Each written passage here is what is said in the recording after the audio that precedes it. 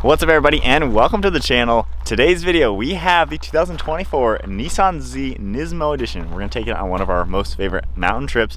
This car already is a night and day difference from the Z Performance. Big step up.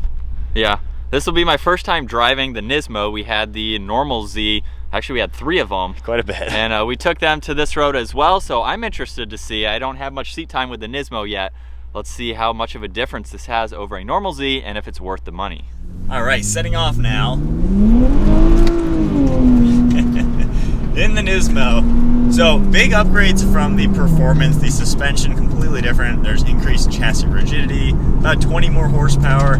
This has a revised tuning map for the 9-speed where it shifts way better, especially if we go up into Sport Plus. We're sitting in Recaro bucket seats, which are super nice. Very comfy. Alcantara steering wheel and stuff like that. Already, I feel there's a huge difference. I almost bought the Z Performance, but honestly, it's way too soft. It's not a sports car. It's more of a kind of a GT car, but not as good as a Supra. This car, every bit as fun of a Supra. I already compared this to my own Toyota Supra, but now playing with this in the mountains, you know, is this worth $68,000? This is gonna be a $70,000 car. It's that high? It's 60. I thought it was low 60s. Wow. Starts around 65, as tested 68. So out the door, you're talking a $70,000 car. More money than a BMW M2, which has a manual available.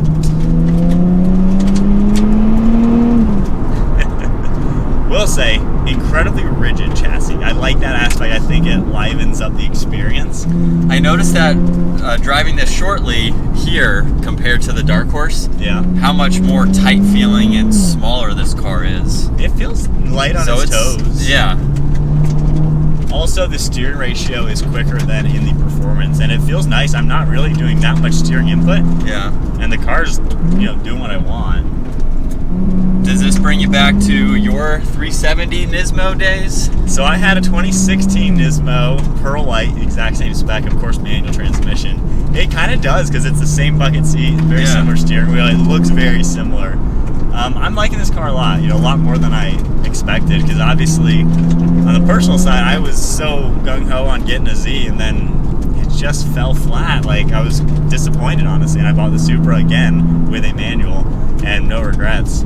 But now, hopping into this, it reminds me of my old Z, all the fun I had, a huge step up once again comparing to a normal Z, and then it's just as cool as the Supra. Do you think they'll offer a manual to compete with the Supra? They should. I don't hate the 9-speed in this car, like I really wouldn't mind owning the automatic. However, I just feel a car like this, why is there no manual? It makes no sense when they came out with a Z, toting that, hey look, we have a manual transmission in our sports car. I mean, the M2 has a manual, the Supra has a manual, the Mustang has a manual. Like, Nissan had every resource in the world to do that. They could have even revised it and made it much better shifting, like the Supra's manual, but I don't know. Part of me doesn't think they're gonna do it, but they really should, I think. I know that's probably like the #1 complaint. If it doesn't have a manual, I don't want it. And the pricing. And the pricing, yeah. It's a lot of money, because I mean, this is more expensive than a manual M2 that I spec. Yeah. And this is almost 10 grand more than my current Supra. So it's kind of hard to justify the pricing. That's the biggest killer of this car, is it's not a $70,000 car, especially when a lot of this is 370Z interior from 15, 20 years ago. Yeah. So that's the biggest thing.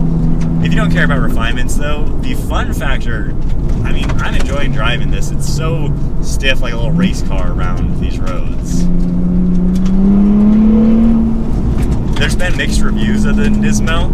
I know some people saying it's too twitchy and all these things, but I find it fun. I find it fun. I feel like it handles good. Sounds good. Except for the fake pops that you can hear in the speakers. Is that what it is? Did you hear that? I heard that earlier. Listen in your footwell. Yeah. I wasn't sure if that was legit or not. Yeah, that part I would definitely code out. But my favorite thing's the steering's great. The transmission in Sport Plus, when you're on it, shifts pretty quick. Very similar to actually the Dark Horse's automatic, I would say. Yeah. Still not as good as a DCT or a ZF 8-speed, but I don't really mind it. It handles so much better than the Z Performance. That thing was way too soft and floaty feeling. This is like a go-kart on its toes. Heck of a lot more fun. I can feel the suspension differences already. Oh yeah. Just from some of these bumps. It's darty. It doesn't feel heavy. It's like 200 pounds more than a Supra. You don't feel it. Like, I know people love to hate that in the reviews. You don't notice it. Yeah. So I don't have any complaints as a car. It is fun, fast, it looks amazing. These seats, you're so in them. Like, the normal seats are awful. Once again, just the normal Z, let down. But this car, aside from the price, is everything it should have been. As a passenger, it feels pretty composed, pretty normal. Good position, good grab handles. I also like Feel pretty comfortable. how you had mentioned it feels compact. Yeah. The windshield feels close to you, the mirrors feel close. You feel really just like in the car. Yeah. And everything is easy reach. You got all the cool gauges. I wouldn't mind the infotainment screen having like a performance screen just because the gauge cluster looks awesome. The analog gauges look great. But I wouldn't mind like something on that screen. But at least I can have the nav up and watch these twisty roads coming up. Yeah, so there's not too many configurabilities like some of the other brands then. And that's the biggest downfall with the pricing. Even the sport mode, all it does is make the shifting quicker. There's no suspension, steering changes, exhaust changes, nothing. Which then again, you're in a sports car, why not have it in sport mode from day one? Yeah. So I don't know. I'm torn on it with the pricing, but it is definitely a heck of a lot of fun. So my turn now.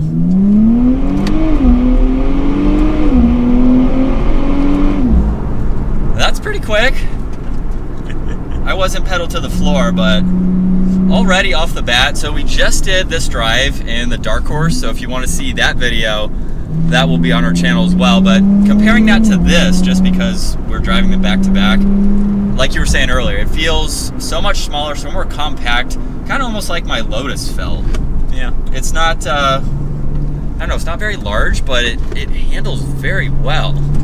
It weighs in around 3,700 pounds. Dang, so it's still up there.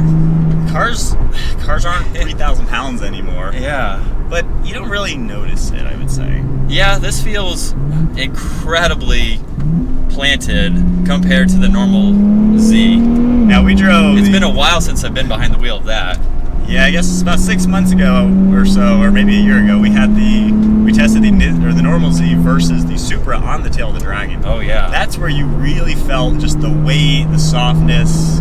It just wasn't the Supra. This feels like we're almost in the Supra. Oh yeah. As far as handling and the suspension and everything. Yeah. Yeah, shifts feel very nice. Driving it here a few miles, Sport Plus is definitely not something for like leisurely driving. Right. So there's a huge difference in basically driving this in normal mode for normal driving, and then going to Sport Plus for driving like this. Yeah, when I filmed the review, I kind of said the only ways I would drive this are normal mode automatic or Sport Plus manual. Yeah. If you're gonna be cruising, just do that. However, my wife liked this in sport mode automatic because she doesn't really care about shifting with the paddles, but it's a little bit more aggressive on the transmission without being annoying. In the automatic mode. Yeah, so automatic sport is that good fine line, but then the complete opposite end of the spectrum is where I find myself driving it. Yeah. I mean, they seem very responsive though for these paddles. I like the size of them too. They're not quite like GTR size. They're the new GTR paddles. Oh, they are? Yeah, they're not like my older GTR. Okay. That's my GTR reference. Yeah. Yours, yeah. They're not the steering column ones that I really, really liked. So the new GTR are on the steering wheel? Yep, that's how they are. Well, I like yours better. Yeah, those are cool. Yeah. But they seem very nice, good size, good spot. Nice size steering wheel too. Yeah, it feels small. I like the Alcantara, it gives you that grip. Yeah. Brakes do a good job.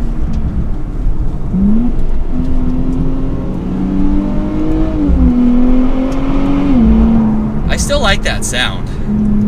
It's not bad. Yeah. You can tell it's a little fake, but with the windows down though, you can still hear the real exhaust. It's a little windy today. So it's not all fake sounds. It does have a good tone to it. Yeah. But this is fun. If you're looking for a two-seater sports car, because because the M2 is a 4-seater technically. Yeah, M2 weighs another 100, 200 pounds more. However, or the Supra. Well, yeah. Back to the Supra, the 2-seater. Yeah. It's just hard with this car given the price. It's priced with an M2. However, it's a competitor to the Supra, which is a good minimum $8,000 cheaper. Yeah.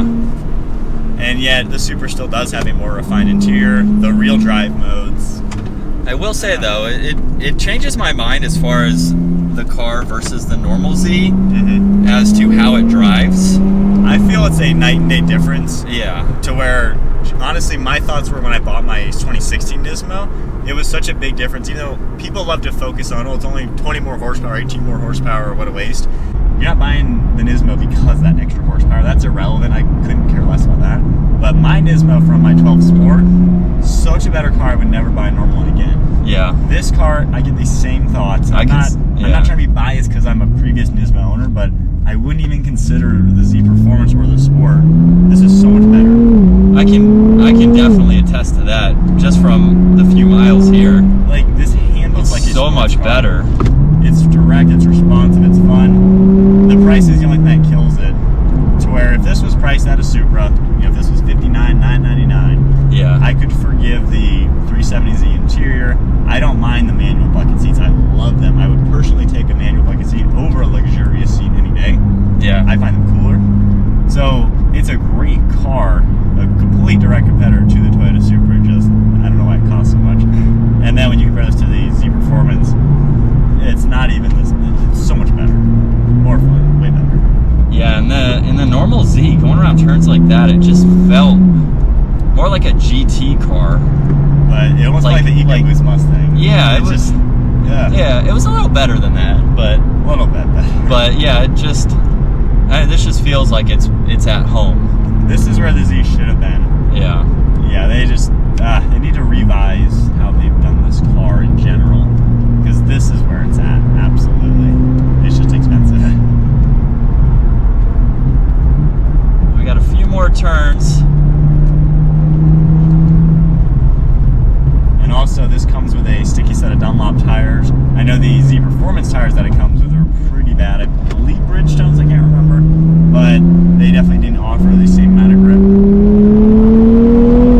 And this car, you can tell they're sticky and soft because the hole behind the front tires on the paint is coated in black already. Oh, wow. So these things are going to wear out quickly, but they're going to give you the grip. Well, I will say for my first time behind the wheel of the Nismo, definitely a blast to drive. It's a good sports car. Yeah. So like in terms of what it is, a sports car, it's a good sports car. Yeah. If you don't look at the price.